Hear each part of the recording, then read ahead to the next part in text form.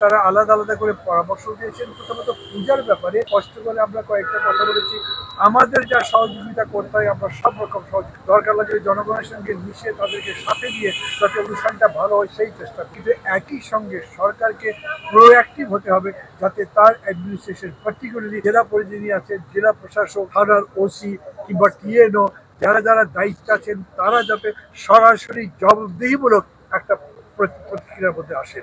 তারা বেশিরভাগ সময় দেখা গেছে অতীতে কোথাও ঘটনা ঘটে গেছে কিন্তু যিনি সংশ্লিষ্ট কর্তৃপক্ষ ছিলেন তিনি কোনো কাজই করেন। এইবার এটা হতে পারবে না। আগেই তাদেরকে জানিয়ে দেওয়া হোক যে যদি কোনো ধরনের ঘটনা ঘটে এবং এই ব্যাপারে তার যদি কোনো অবহেলা পাওয়া যায় তাহলে তার বিরুদ্ধে শাস্তিমূলক ব্যবস্থা নেওয়া হবে, যাতে তিনি আগে থেকে সতর্ক হন। এটা প্রধান উপদেষ্টা সহ যারা ছিলেন তারা সবাই একমত হয়েছেন, সেরকম করে বলবেন। এবং আমরাও আমাদের পক্ষ থেকে বলেছি আমরা সর্বাত্মকভাবে অন্যান্য রাজনৈতিক দলগুলোকে সাথে নিয়ে আপনারাও চেষ্টা করেন যেরকম করে সহযোগিতা করে এটা করা যায় সেটা করা যাবে। প্রায় একই রকম কথা আমরা গার্মেন্ট শিল্প সম্পর্কেও বলেছি এবং সেইখানে যেই ধরনের ঘটনা ঘটেছে পার্টিকুলারলি একটা উদ্বেগ প্রকাশ করা হয়েছে আমাদের পক্ষ থেকে যে গার্মেন্টস একটা হয়েছে কি কিউমিলেটিভ ইফেক্ট হচ্ছে, একটা ঘটনা একটা ফ্যাক্টরিতে ঘটছে, তিনটে ফ্যাক্টরি যোগ দিচ্ছে, তিনটে ফ্যাক্টরি ভেতরে পাচ্ছে না, তারা আরও তিনটে ফ্যাক্টরিকে সাথে আসছে। এটা যদি চলতে থাকে প্রায় মাসব্যাপী একটা বিক্ষোভ চলছে, এটার impact on the international trade wise খুবই খারাপ হতে পারে। তাতে করে দেখা যাবে যে সামগ্রিকভাবে এটা আরও বেশি বিস্তৃত হতে পারে। যাতে এটা হতে না পারে, বিশেষ করে প্রয়োজন মধ্যে সরকার যাতে শ্রমিকদের আশ্বস্ত করতে পারেন যে তারা তাদের টাকা পাবেন, বকেয়া পাবেন, তাদের যেটা পাওনা সেটা দরকার হলে সরকার সাহায্য করবেন। আমরা এরকম বলেছি প্রয়োজন যদি হয় তাহলে আপনারা তার জন্য লোন দেন, ঋণ দেন, মালিকদের দেন, বা যাতে শ্রমিকদের কাছে পৌঁছায়, তারা ভয়ে না থাকেন, তারা যাতে কাজে যুক্ত থাকেন। দুটো বিষয় পার্টিকুলারলি বলেছি। ওনারা সংস্কার বিষয়ে আমাদের কাছে জানতে চেয়েছিলেন, আমরা খুবই স্পষ্ট করে বলেছি সংস্কার আমাদের আমাদের মানে রাজনৈতিক দলগুলো থেকে। এবং আরও পার্টিকুলারলি যদি বলি তাহলে আমরাই আজকে যারা আপনাদের সামনে দাঁড়িয়েছে তারা বলেছিলাম আমরা কেবলমাত্র একটা সরকার বদলের আন্দোলন করছি না, কেবল একটা নির্বাচনের আন্দোলন করছি না, আমরা এই সামগ্রিক আন্দোলনটা করছি যাতে একই সাথে নির্বাচন প্রক্রিয়া বদলে দেওয়া যায়, যাতে একই সাথে গণতান্ত্রিক ব্যবস্থা করা যায়, একটা গণতান্ত্রিক রাষ্ট্র করা যায়, আবার যাতে ফ্যাসিবাদ ফিরে না আসে সেই জন্য রাষ্ট্রে একটা সংস্কার করা দরকার। এবং সংস্কার কর্মসূচি এই কারণেই আমাদের বিশেষ গুরুত্ব দিয়ে আমরা প্রথম থেকে বলেছি আমাদের যারা কনস্টিটিউয়েন্ট ৬টা দলের মধ্যে একটা দল আছেন যে দলের নামই রাষ্ট্র সংস্কার আন্দোলন, এবং শুরু থেকে তারা এই কথা বলছেন, আমরাও তাদের সঙ্গে বলেছি, বাকিরা আমাদের সাথে একমত হয়েছে। অতএব সংস্কার কর্মসূচিতে ইতিবাচক যে কোনো পদক্ষেপে আমরা সর্বাত্মক সহযোগিতা করব।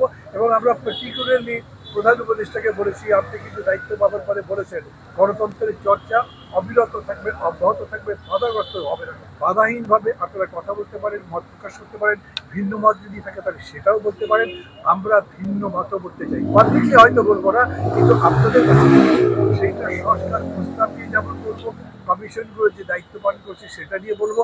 আমরা বলছি একই সঙ্গে প্রশাসনেও আমরা বেশ কিছু দুর্বলতা দেখছি, ব্যর্থতা দেখছি, সীমাবদ্ধতা দেখছি।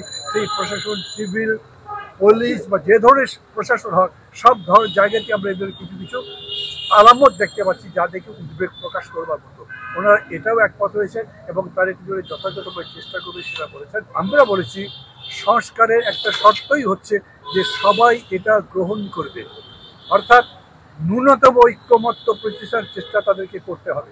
এবং এই ব্যাপারেও আমরা সহ সম্মিলিতভাবে বিরোধী দল সরকারকে সর্বাত্মকভাবে সহযোগিতা করেছে। কোনো কোনো জায়গায় এরকম হচ্ছে আগে একটা দল একরকম ভাবত, কনস্টিটিউশন নিয়ে একটা পজিশন ছিল, এখন মনে করছে না একটা ভালো নির্বাচনের জন্য, একটা গণতান্ত্রিক রাষ্ট্র করবার জন্য আমাদেরকে সবগুলো মিলেই কাজগুলো করা দরকার, সেগুলোতে তারা কোনো বাধা দেবেন না। আমরা শুধু একটা কথা বলছি, যতদূর পর্যন্ত আমরা জাতীয় ঐক্যমত্য করতে পারবো ততদূর পর্যন্ত আমরা সংস্কার এখন করতে পারি। আর বাকি যেগুলো ব্যাপার মনে করি সংস্কার করা দরকার, কিন্তু একজন এক রকম করে ভাবছেন। আগামীতে যে সংসদ গঠিত হবে নির্বাচনের মাধ্যমে, সেই নির্বাচিত সরকার, নির্বাচিত সংসদ, সেটা আমরা প্রধান উপদেষ্টাকে খুব স্পষ্ট করে একটা জিনিস বলেছি যে আপনি সহ আপনার এই উপদেষ্টা পরিষদের এই সরকারের সম্মান নির্ভর করছে কত সাকসেসফুলি, কত পিসফুলি আপনারা নির্বাচন করে পরবর্তী গণতন্ত্র উপকরণের পথ উন্মোচন করতে পারে। মানুষের যদি মনে হয় যে আপনাদের ক্ষমতার লিপ্সা আছে, যদি মনে হয় আপনারা অতীতের মতো অন্যায় বাঁচবেন না, আপনারা অতীতের মতো অর্থের তাল করবেন, ধান্দা করবেন। যদি দুর্নীতি এরকম করে বেড়ে যায় তাহলে সেটা সম্পূর্ণভাবে আপনাদের উপরেই বর্তাবে। আপনারা বলবেন যে আমরা জানিনি বুঝিনি, সেটা দিয়ে হবে না। আপনাদের দরকার লাগবে আমাদের সঙ্গে কথা বলেন। আমরা একদম সমাজের সর্বনিম্ন স্তর পর্যন্ত একটু কাজ করি এবং সবাই যেহেতু সহযোগিতা করতে রাজি আছি, আমরা মনে করি সম্মিলিত চেষ্টায় এই পুরো সংকট কাটিয়ে আমরা যেটা চাই, নতুন বাংলাদেশ বলেন, সেটা একটা জনগণের কল্যাণমুখী রাষ্ট্রের কথা বলেন, জনগণ যে আকাঙ্ক্ষা করছে যে গণতান্ত্রিক মানবিকত্ব যেরকম করে বলেন সেই রকম বাসযোগ্য প্রিয় আবাসভূমি গড়ে তোলা আমাদের পক্ষে সম্ভব।